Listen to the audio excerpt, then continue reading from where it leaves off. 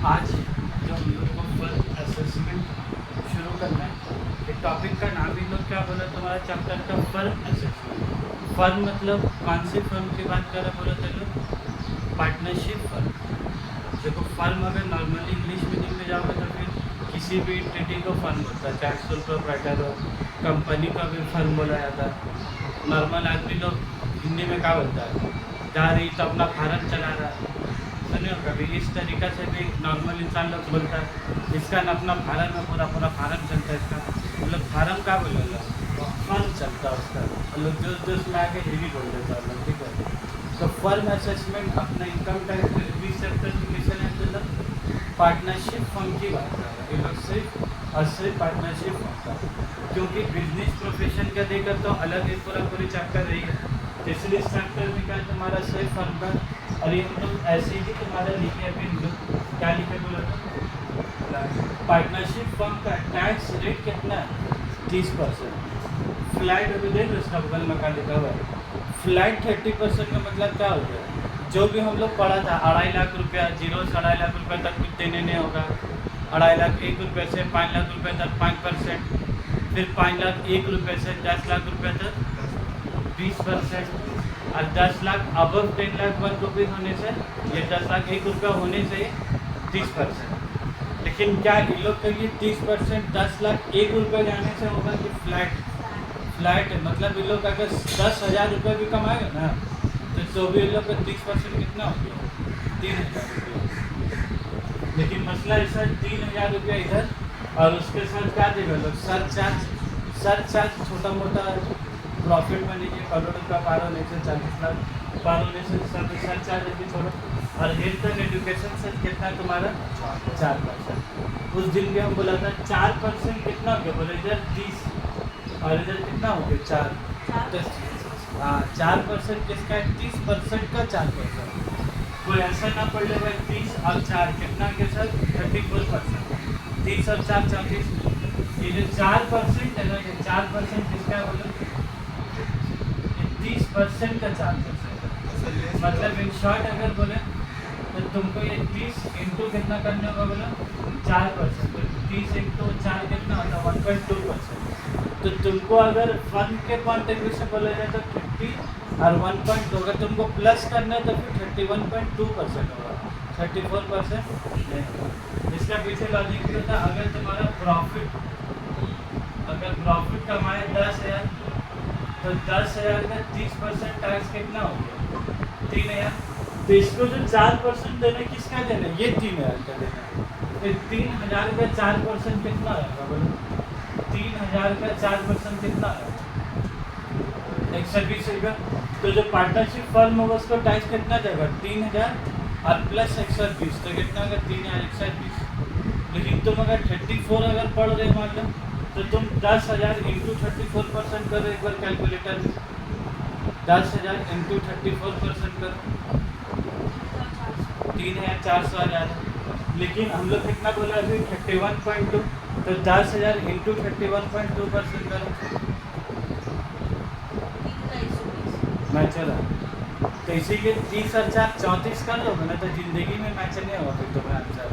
तुमको 30 अगर ऐड करने एक साथ अगर निकालना है, तो 30 का कितना निकालने होगा पहले 4% निकाल के 1.2%, अगर एक साथ कैलकुलेशन करना है तो 10,000 इंटू 51.2%। नहीं तो इतना ज़्यादा बुकलाओगे, टेंशन आएगा, तो पहले 10 का 30% निकाल लो 3,000, और फिर 3,000 का कितना करो 4%, ठीक है बस। अब हम लोग आते हैं इस चैप्टर में, जो तुमको समझना है, तुमको क्वेश्चन देगा तो तुमको किस हिसाब से चैप्टर को डील करना है। यहाँ पर ये लोग तुमको पार्टनरशिप फॉर्म वाले चैप्टर में भी तुमको ये लोग तरह तरह का चीज़ के बारे में लोग बताए। ये लोग जैसे तुम्हारा क्वेश्चन एग्ज़ाम में दिया है ना, एग्ज़ाम में जैसा का क्वेश्चन है, ये लोग तुमको प्रॉफिट एंड लॉस अकाउंट या इनकम एंड एक्सपेंडिचर अकाउंट तुमको ये लोग बना कर दे देगा।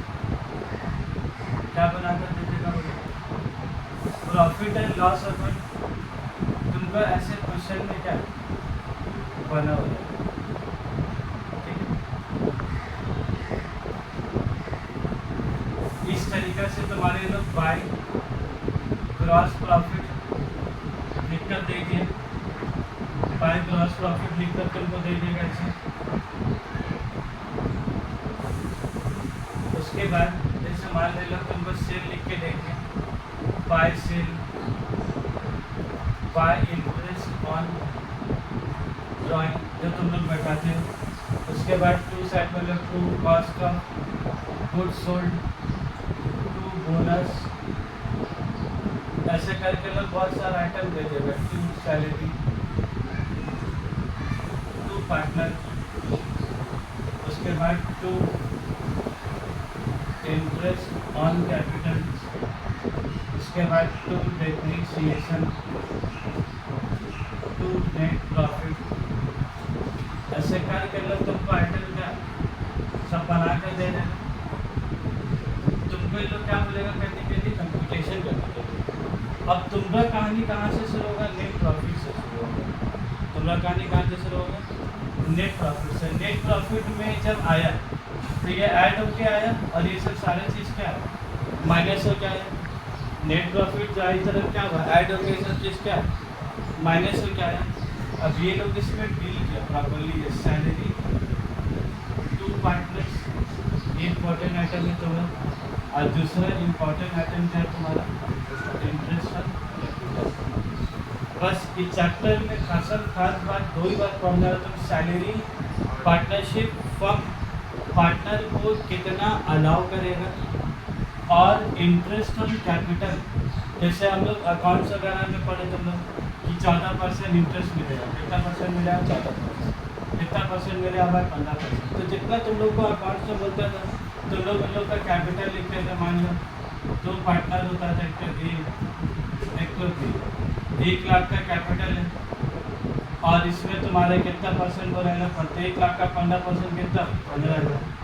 यहाँ पर इसका भी कितना, 1 लाख का 15% कितना, 15,000। तो दोनों मिला के कितना तुम्हारा 30 है।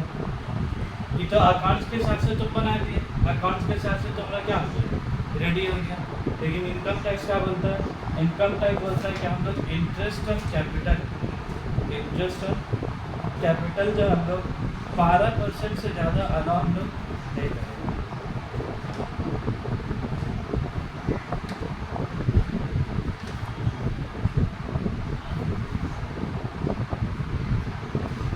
इंटरेस्ट ऑन कैपिटल सिर्फ कितना अलाउ है तुम्हारा, 12%।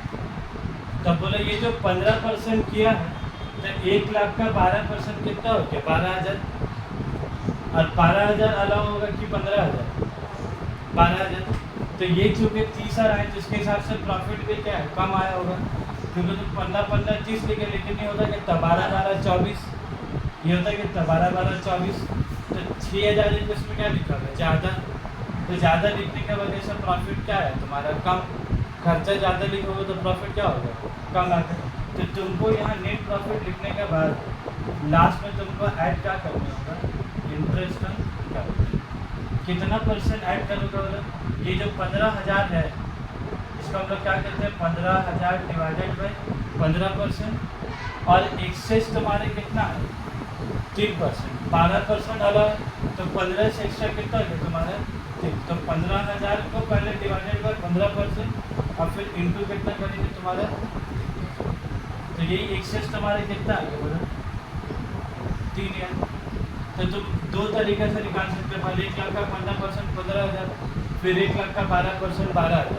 तो 3,000 ज़्यादा है, तो 3,000 क्या करो तो मैं।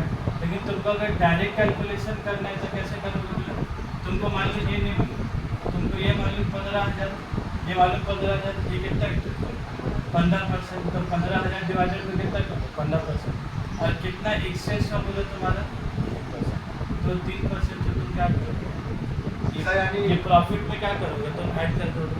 तो बस यही दो छोटा छोटा नियम तुमको क्या करना है, पहले पढ़ना है। मतलब इनकम टैक्स अलॉटमेंट 22% बस तुम्हारा अकाउंट्स में तुम्हारा क्वेश्चन मान लो दिया हुआ 20%, कितने दिया हुआ इंटरेस्ट 20%। तो 20% के हिसाब से तुम्हारा कितना हो गया, 20,000 तो 20 इंटू 20 कितना है, 40। लेकिन इनकम टैक्स के हिसाब से अलाउ कितना है तुम्हारा, सिर्फ 12%। तो एक्सेस कितना दे दिए तो 8%। तो तुम कैलकुलेशन कैसे करोगे? ये जितना इंटरेस्ट है 20,000 डिवाइडेड बाई कितना करोगे बोला 20% और ये एक्सेस कितना है तुम्हारा 8, तो इंटू कितना कर दोगे तुम 8%। बस तुम्हारे इंटरेस्ट जिस अलग से डिवाइडेड बाय जितना इंटरेस्ट उससे डिवाइड कर दो और फिर 20 माइनस 12 कितना हो गया 8%। तुम 8% से क्या करोगे तो अपने आप तुम्हारा कितना आ जाएगा? देखोगे अपने आप तुम्हारा कितना 8,000 रुपये एक्स्ट्रा क्या है तुम्हारा? ऐसे दिमाग में 1 लाख का 20% 20,000, फिर 1 लाख का 12% कितना होगा 12,000, तब 20 माइनस 12 कितना हो गया 8,000। तो तुम अलग अलग निकाल के या तो करो ना, तो एक बार कैलकुलेशन सर डायरेक्ट माइनस भी तो कर सकते हैं।